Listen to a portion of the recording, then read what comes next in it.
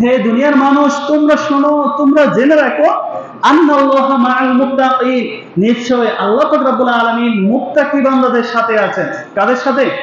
মুত্তাকি বান্দা। এখন চিন্তা করতে হবে, মুত্তাকি বান্দা কারা? যারা আল্লাহকে ভয় করে, তাকওয়া অবলম্বন করে, আল্লাহর ভয়ে ঘুষ খায় না, আল্লাহর ভয়ে সুদ খায় না, আল্লাহর ভয়ে মিথ্যা কথা বলে না, আল্লাহর ভয়ে অন্যের সম্পদ লুণ্ঠন করে না, আল্লাহর ভয়ে কাউকে জুলুম করে না, আল্লাহর ভয়ে কাউকে ওজনে কম দেয় না, আল্লাহর ভয়ে কারো আয়েল ফেরায়া ক্ষেত বড় করে না, আল্লাহর ভয়ে কাউকে গালি দেয় না। ওই সকল বান্দারা হচ্ছে মুত্তাকি। সুবহানাল্লাহ।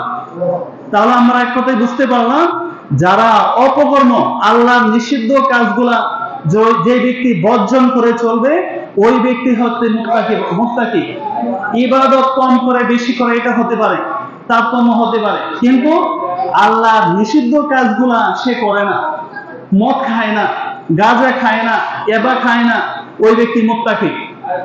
এখন আমরা বুঝতে পারলাম মুত্তাকির সংজ্ঞা কি। যে ব্যক্তি আল্লাহর নিষেধগুলা মেনে চলে, আদেশগুলা মানে, ওই ব্যক্তি মুত্তাকি। ওই ব্যক্তি কি? মুত্তাকি।